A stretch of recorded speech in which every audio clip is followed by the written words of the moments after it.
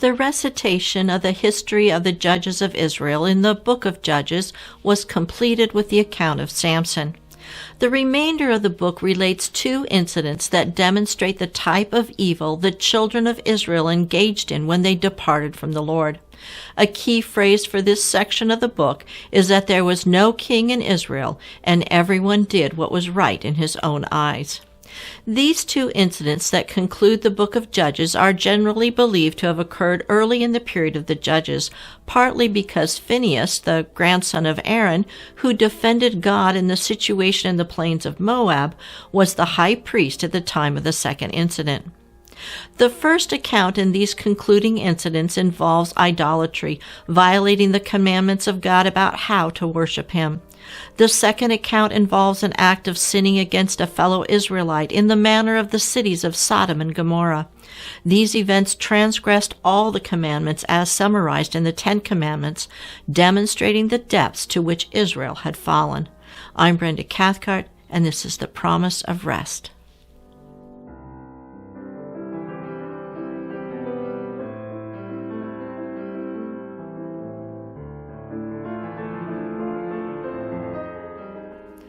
This first account is about the pervasiveness of idolatry in Israel, although many other commandments are broken in the process. It centers around the tribe of Dan, but includes both a man from the tribe of Ephraim and a Levite. The account opens with a man returning money that he had stolen from his mother. Judges 17:1 and 2. Now there was a man from the mountains of Ephraim whose name was Micah. And he said to his mother, "The 1,100 shekels of silver that were taken from you, and on which you put a curse, even saying it in my ears, here is the silver with me. I took it." And his mother said, "May you be blessed by the Lord, my son." The implication of Micah's mother saying the curse in his ears is that she knew that Micah had taken the money. Micah's fear of his mother's curse seems to be the motivation for his returning the 1,100 shekels of silver. His actions are rewarded when his mother turns her curse into a blessing. The 1,100 shekels of silver cannot help but remind us of the 1,100 shekels of silver that Delilah received from each of the 5 Philistine lords in the account of Samson in the previous chapter. As we continue, there will be more details that remind us of the situation at the time of Samson. If this incident happened early in the time of the Judges, it contrasts with the time of Samson, forming bookends for the entire period. Its placement right after the account of Samson calls our attention to the similarities that we will encounter. Micah's mother goes on to explain that the silver Micah had stolen and subsequently returned had been dedicated to Yahovah. Judges 17:3 and 4.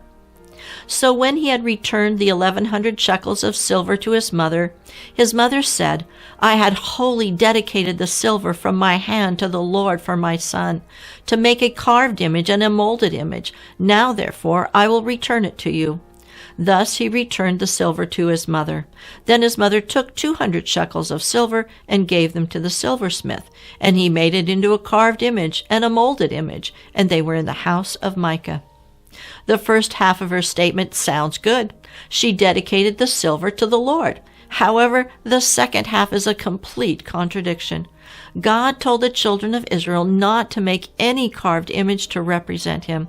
However, after she received the money back from Micah, she in turn gave it back to him to make both a carved and molded images.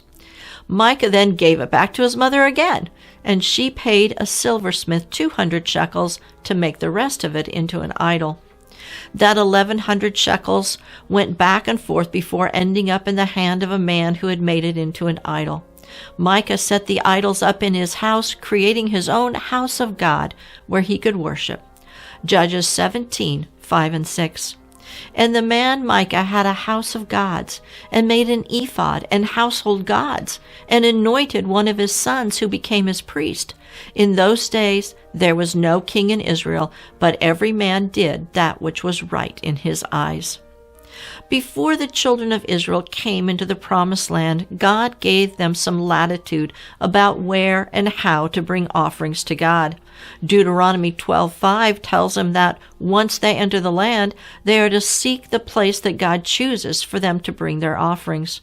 Moses goes on to explain that once they entered the land, they were not to continue as they had done in the wilderness, doing as best they could. Deuteronomy 12:8 and 9. You shall not do at all what we are doing here today, every man doing whatever is right in his own eyes.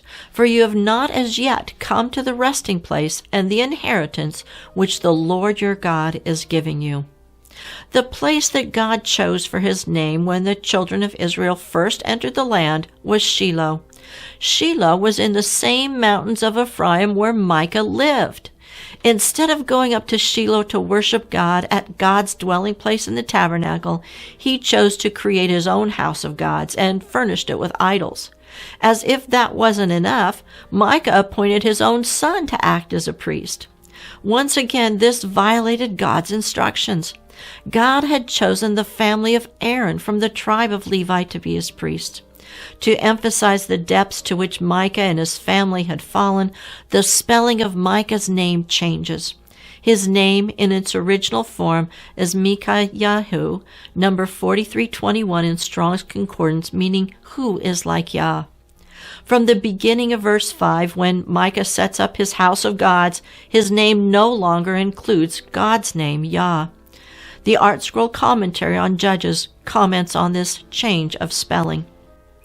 Until now, his name is spelled with the suffix Yud-He-Vav, which are letters of God's four-letter name, indicating that he had been righteous. From now on, the suffix is dropped because he slipped further and further into evil. After Micah began to worship the idols in his own home, a Levite comes to visit. There is some seemingly contradictory information about this Levite. First, we learn he comes from Bethlehem, which is not a Levitical city. Judges 17:7-9. Now there was a young man from Bethlehem in Judah, of the family of Judah, who was a Levite, and he was staying there. Then the man departed from the city, from Bethlehem in Judah, to stay wherever he might find a place. And as he made his journey, he came to the hill country of Ephraim, to the house of Micah. Micah said to him, "Where do you come from?" And he said to him, "I am a Levite from Bethlehem in Judah, and I am going to stay wherever I may find a place." This man is from the family of Judah, but he was also a Levite. Perhaps one of his parents was from Judah. The high priest Aaron's wife Elisheva was from the tribe of Judah, so the Levite's mother may have been from Judah.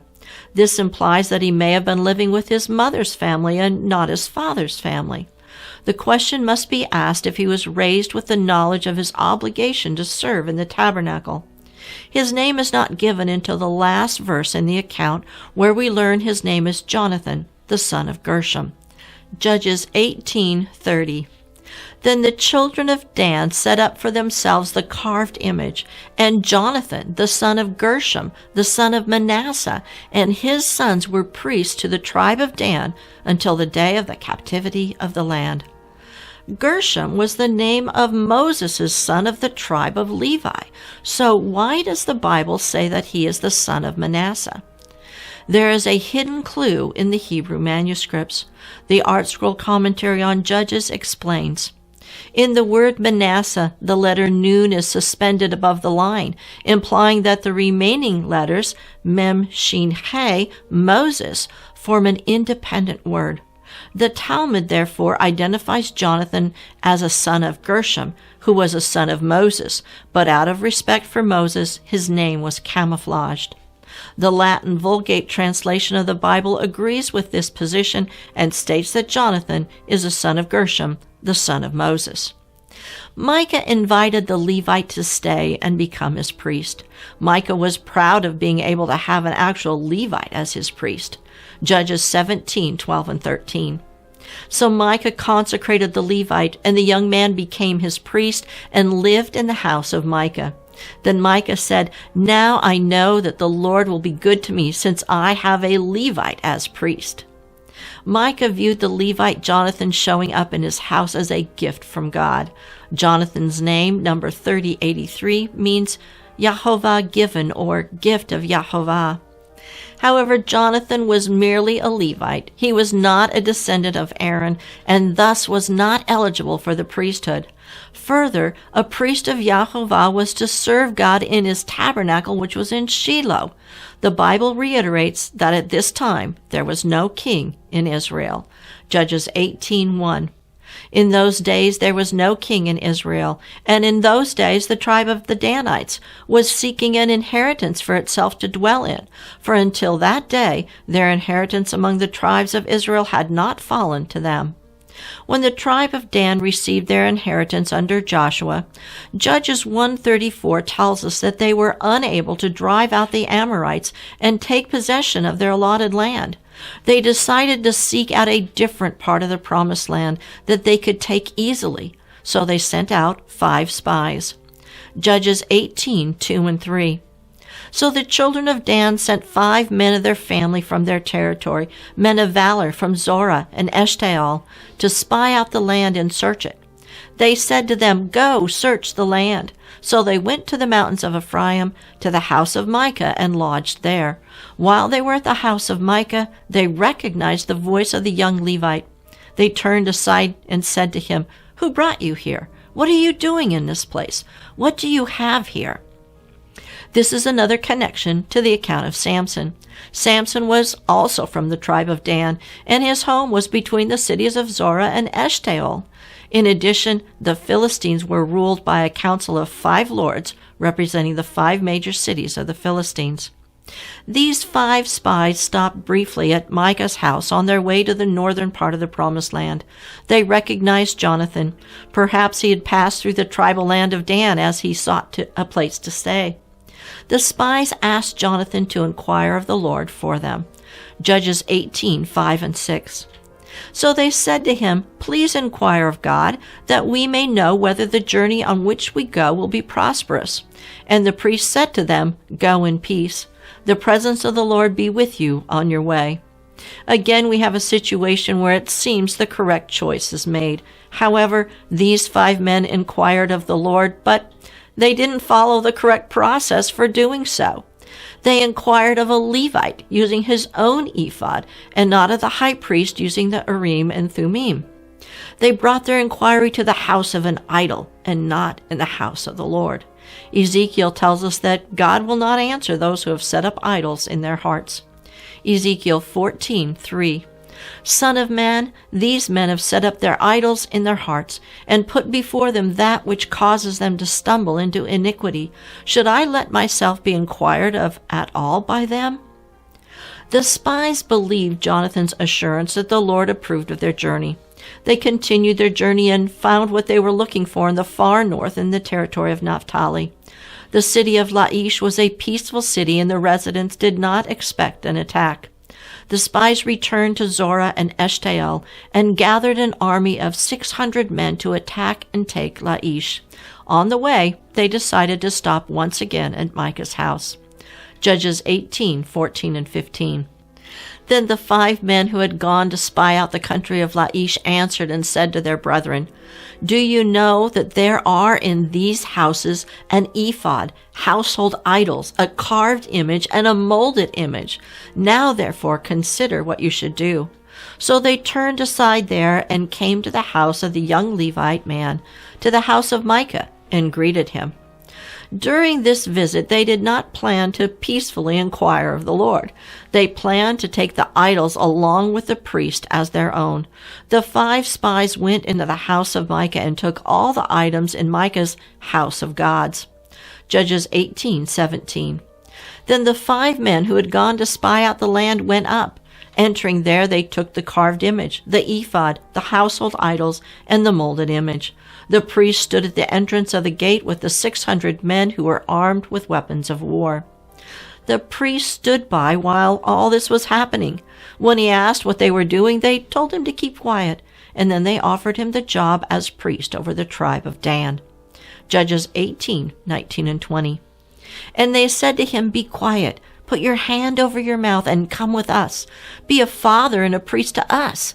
Is it better for you to be a priest to the household of one man, or that you be a priest to a tribe and a family in Israel?" So the priest's heart was glad, and he took the ephod, the household idols, and the carved image, and took his place among the people. In actuality, only a small fraction of the tribe of Dan moved north to Laish. The armies of Dan numbered 64,400 when they entered the Promised Land, and only 600 men with their families and livestock went to attack Laish. The priest quickly abandoned Micah and his family. He gladly accepted their offer and happily went off with the Danites. In the meantime, Micah's neighbors gathered together with Micah and went after the Danites. When they caught up with them, the Danites arrogantly asked what ailed them, as if taking their idols was a minor inconvenience. Judges 18:23 and 24.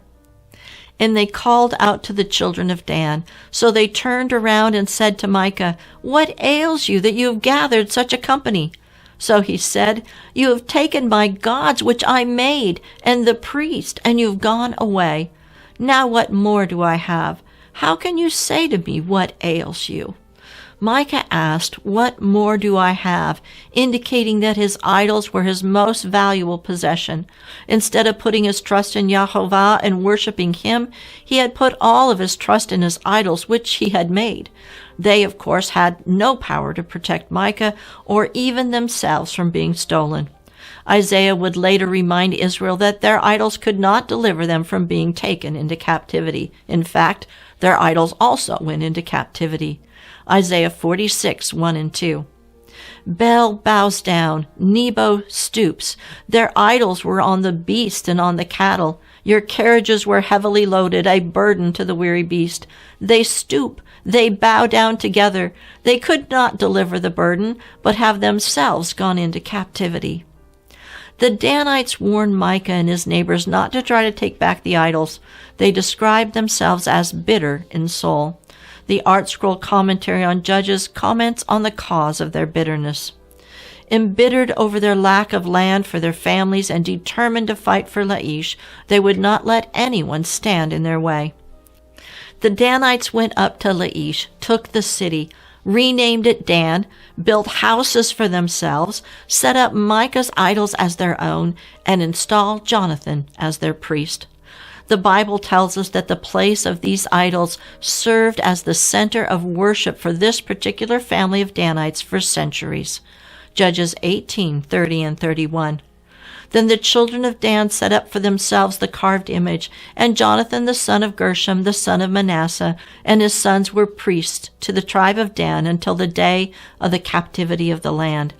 So they set up for themselves Micah's carved image, which he made, all the time that the house of God was in Shiloh.